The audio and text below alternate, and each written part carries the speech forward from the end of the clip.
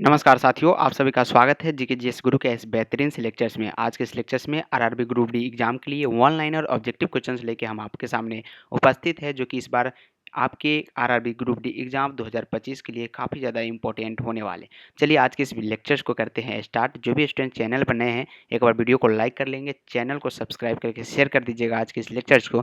और स्टार्ट करते हैं, ज़्यादा से ज़्यादा क्वेश्चंस करने का प्रयास कम समय में करने का हम लोग करेंगे। तो पहला नंबर क्वेश्चन आपके स्क्रीन के सामने है कि बाल और नाखून के बढ़ने के लिए कौन सा तत्व आवश्यक है। तो हम लोग जीके जीएस और जनरल साइंस से भी ऑब्जेक्टिव क्वेश्चंस इस वन लाइनर के सीरीज में हमने इंक्लूड किया है, जो कि आपके लिए काफ़ी ज़्यादा इंपॉर्टेंट है। तो बाल और नाखून के बढ़ने के लिए कौन सा तत्व जो है आवश्यक है, तो गंधक। गंधक कहने का मतलब समझ रहे हैं, गंध आपके नाखून में या आपके बाल में जितना रहेगा उतना ही ज़्यादा वो क्या होगा, बढ़ेगा। ठीक है। अगला सवाल है कि सर सामान्य परिश्रम करने वाले व्यक्ति के शरीर में, जो सामान्य परिश्रम कर रहा है, आप जो सामान्य अभी परिश्रम कर रहे हैं, पढ़ रहे हैं, उसके लिए कितनी ऊर्जा चाहिए, तो कम से कम जो है 3500 कैलोरी ऊर्जा जो है सामान्य परिश्रम करने वाले व्यक्ति के शरीर में चाहिए। ये भी क्वेश्चंस ऑलरेडी आपके पीवाईक्यू में यानी आरआरबी ग्रुप डी के एग्जाम में पूछा गया है।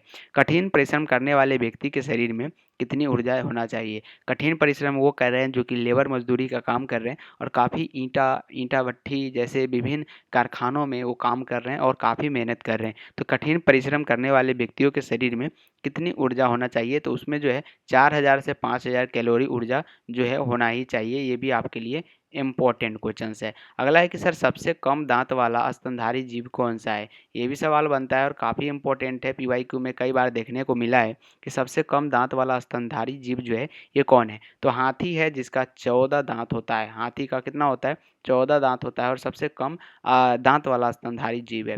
सबसे अधिक दांत वाला स्तनधारी जीव कौन सा है, तो घोड़ा याद रखिएगा, जिसका 44 दांत होते हैं। घोड़ा का कितना होता है, 44 दांत, और सबसे अधिक जो है दांत वाला क्या है, स्तनधारी जीव है। ये भी आप याद रखेंगे। ठीक है।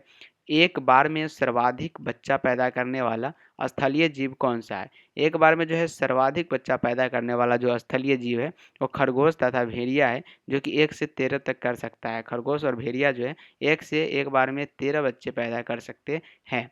शार्क का अस्थि पंजर किसे बना होता है, ये आपको बताना है। तो शार्क का जो अस्थि पंजर है ये उपास्थि से बना होता है, याद रखिएगा। स्टार मार्क क्वेश्चन से आपके लिए। केंचुए के प्रचलन अंग का क्या नाम है, बताइएगा। तो सूक और सीटी। क्या इसका राइट आंसर है सूक और सीटी, तो बिल्कुल आना चाहिए आप सभी का। केंचुआ के जो प्रचलन अंग होते हैं उसका क्या नाम है, तो यहाँ पे सूक या सीटी याद रखिएगा। ये लाजवाब प्रश्न है आपके लिए। नेक्स्ट क्वेश्चन से कि हाइड्रेला कैसा पौधा है, ये भी सवाल बनता है कि सर हाइड्रेला जो है ये कैसा पौधा है, तो ये जलोद्भिद पौधा है। हाइड्रेला क्या है, जलोद्भिद पौधा है, याद रखेंगे। क्या है, जलोद्भिद पौधा है। जल की सतह पर उतलाने यानी फ्लोएट वाले जीव को क्या कहते हैं, तो ये प्लैंकटन बोलते हैं। क्या बोलते हैं, प्लैंकटन इसको बोला जाता है। और ग्रुप डी के एग्जाम में ऑलरेडी पूछा गया है। मछली में पाए जाने वाले उस तत्व का नाम क्या है जो अवसाद से निपटने में लाभदायक सिद्ध होता है। तो मछली में पाए जाने वाले उस तत्व का नाम आपको बताना है जो कि अवसाद से निपटने में लाभदायक सिद्ध होता है। तो ट्रिप्टोफैन याद रखिएगा। क्या है, ट्रिप्टोफैन याद रखेंगे। नेक्स्ट क्वेश्चन है कि सर सुपर बग की खोज किसने की थी। सुपर बग की खोज जो है आपसे पूछा जा रहा है कि किसने किया था, तो डॉक्टर आनंद चक्रवर्ती ने, भारतीय मूल के अमेरिकी वैज्ञानिक है, याद रखिएगा। इन्होंने सुपर बग की खोज किया था। मानव शरीर का कौन सा भाग जो है रेडियो सक्रिय विकिरण से सर्वप्रथम प्रभावित होता है, तो मानव शरीर का कौन सा भाग रेडियो सक्रिय विकिरण से प्रभावित होता है, तो त्वचा याद रखिएगा। क्या, त्वचा। ठीक है। अगला सवाल है कि जब रक्त में ऑक्सीजन की सांद्रता में कमी आती है तो श्वास की गति पर क्या प्रभाव पड़ता है। जब रक्त में जो है ऑक्सीजन की सांद्रता में कमी आती है तो श्वास की गति पर क्या प्रभाव पड़ता है, तो ये बढ़ जाती है, याद रखिएगा। क्या होता है, बढ़ जाती है। जेनेटिक्स के पिता किसे कहते हैं, तो साथियों ये भी सवाल आपसे बनते हैं कि जेनेटिक्स के पिता किसे कहते हैं, तो मेंडल को बोलते हैं।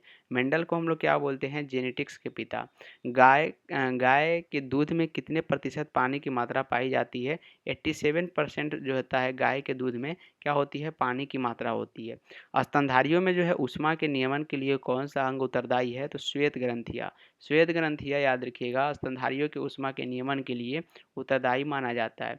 भारत का कौन सा क्षेत्र जो है पारिस्थितिक उष्ण स्थल माना जाता है। भारत का कौन सा क्षेत्र जो है पारिस्थितिकी उष्ण स्थल माना जाता है, तो पश्चिमी घाट। पश्चिमी घाट याद रखेंगे। किस फसल के बीज जो है मधुमेह के रोगी को शर्करा का स्तर सामान्य बनाए रखने में लाभ पहुंचाता है? तो किस फसल के बीज जो है मधुमेह के रोगी को शर्करा का स्तर जो होता है मधुमेह के उपचार में जो है मान लीजिए कि सहायता करता है? तो धनिया याद रखिएगा। पादप कोशिका सिद्धांत का प्रतिपादन किसने किया था? तो एम जे स्लाइडेन ने जो है पादप कोशिका सिद्धांत का क्या किया था? तो प्रतिपादन किया था। जिसके कारण पादप कोशिका का निश्चित आकार होता है, क्या क्या है वो क्या है? जिसके कारण पादप कोशिका का एक निश्चित आकार होता है, एक बैग में बंधे होते हैं, उसको हम लोग कोशिका भित्ति कहते हैं, याद रखिएगा। ये सबसे बाहरी आवरण होता है। सबसे पहला वायरस जिसे खोजा गया था तो टीएमवी का फुल फॉर्म होता है टोबैक वेजैको वायरस, जो कि तंबाकू के पौधे में सर्वप्रथम खोजा गया। नेक्स्ट क्वेश्चन आपसे स्क्रीन पर है कि किस वैज्ञानिक ने बताया था कि जीव द्रव जीवन का भौतिक आधार है? हैक्सले ने बताया था कि जीव विज्ञान में कि जीव द्रव जीवन का भौतिक आधार है। NP30 किसकी समुन्त किस्म होती है? तो ये गेहूं की होती है। नर एवं मादा के युग्मकों के संलयन को क्या कहते हैं? निषेचन यानी फर्टिलाइजेशन बोला जाता है, याद रखिएगा। किस ताप पर एंजाइम की सक्रिय नष्ट हो जाती है? तो एंजाइम जो है अगर 60 डिग्री सेल्सियस हो जाए तो ये नष्ट हो जाती है। लौंग के तेल का प्रमुख घटक जो दांत का दर्द दूर करने में प्रयुक्त होता है उसको यूरेनॉल बोलते हैं। नेक्स्ट क्वेश्चन है कि प्रकाश संश्लेषण में ऑक्सीजन किससे प्राप्त होता है? तो बताइएगा प्रकाश संश्लेषण में जो है ऑक्सीजन किससे प्राप्त होता है? ये भी प्रश्न काफ़ी इंपॉर्टेंट है, काफ़ी बार आपसे पूछा भी गया है। बताने का प्रयास करेंगे कि प्रकाश संश्लेषण में जो है ऑक्सीजन किससे प्राप्त होता है? काफ़ी बार पूछा गया सवाल है और इसका आंसर आप बताएंगे। फटाफट से आप लोग बताने का प्रयास कीजिएगा कि यहाँ पे प्रकाश संश्लेषण में जो है ऑक्सीजन जो है प्यारे साथियों किससे प्राप्त होता है? तो ये पानी से प्राप्त होता है, बिल्कुल करेक्ट है। पैथोजन जो सामान्य जुकाम के लिए उत्तरदायी है, क्या है? तो रीनो वायरस जो है सामान्य जुकाम के लिए क्या है? उत्तरदायी है। लाइकेन मिश्रित जीव है, ये किससे बने होते हैं? तो कवक और शैवाल से बने होते हैं। लाइकेन जो है मिश्रित जीव है और किससे बना होता है? कवक एवं शैवाल से। अग्नाशय के पाचक रस उत्पादन के लिए उत्तेजित करने वाला हार्मोन कौन सा है? तो सिक्रेटिन है। क्या है? सिक्रेटिन। कौन सा मानव निर्मित धान्य है जो प्रकृति में नहीं पाया जाता? तो टिट्रिकेल, याद रखिएगा। टिट्रिकेल जो है मानव निर्मित धान्य है जो प्रकृति में जो है नहीं पाया जाता। चमड़े के बाह्य स्तर क्या कहलाती है? तो ये एपिडर्मिस कहलाती है। मधुमक्खियों को काटने पर उत्पन्न दर्द को हम लोग दर्द का क्या कारण होता है ये पूछा गया, तो फॉर्मिक अम्ल जो है अंदर डाल देता है। फलों तथा बीजों को दूर दूर तक पहुंचाने की क्रिया क्या कहलाती है? प्रकीर्णन कहलाती है। आइंस्टाइन का द्रव्यमान ऊर्जा समीकरण क्या है? तो E बराबर mc² है। ठीक है, आइंस्टाइन के समीकरण E बराबर mc² के अनुसार जो है पदार्थ के 1 किलोग्राम द्रव्यमान का ऊर्जा में मान होता है तो ये 9 × 10⁻16 जूल होता है। कांच किस प्रकार का ठोस है? तो अक्रिस्टलीय है, सभी को याद होगा। सूक्ष्म जीवों का आकार मापा जाता है माइक्रोन में और पृथ्वी से ऊपर की ओर सीधे फेंकी गई गेंद की गति का प्रकार क्या है? तो रेखीय गति है, याद रखिएगा। नेक्स्ट क्वेश्चन है कि सर विद्युतीय गति करते हुए कण द्वारा 1 सेकंड में तय किया गया विस्थापन कोणीय संवेग या वेग कहलाता है और वेग बढ़ने से त्वरण का मान जो होता है ये धनात्मक हो जाता है। तो ये सारे प्रश्न आपके आरआरबी ग्रुप डी एग्जाम के लिए था। उम्मीद है कि समझ में आ गया होगा। अगर आया है तो एक बार वीडियो को लाइक कर दीजिएगा, चैनल को सब्सक्राइब करके शेयर करने का प्रयास कीजिएगा। मिलते हैं फिर से नेक्स्ट लेक्चर्स में, तब तक के लिए इतना ही।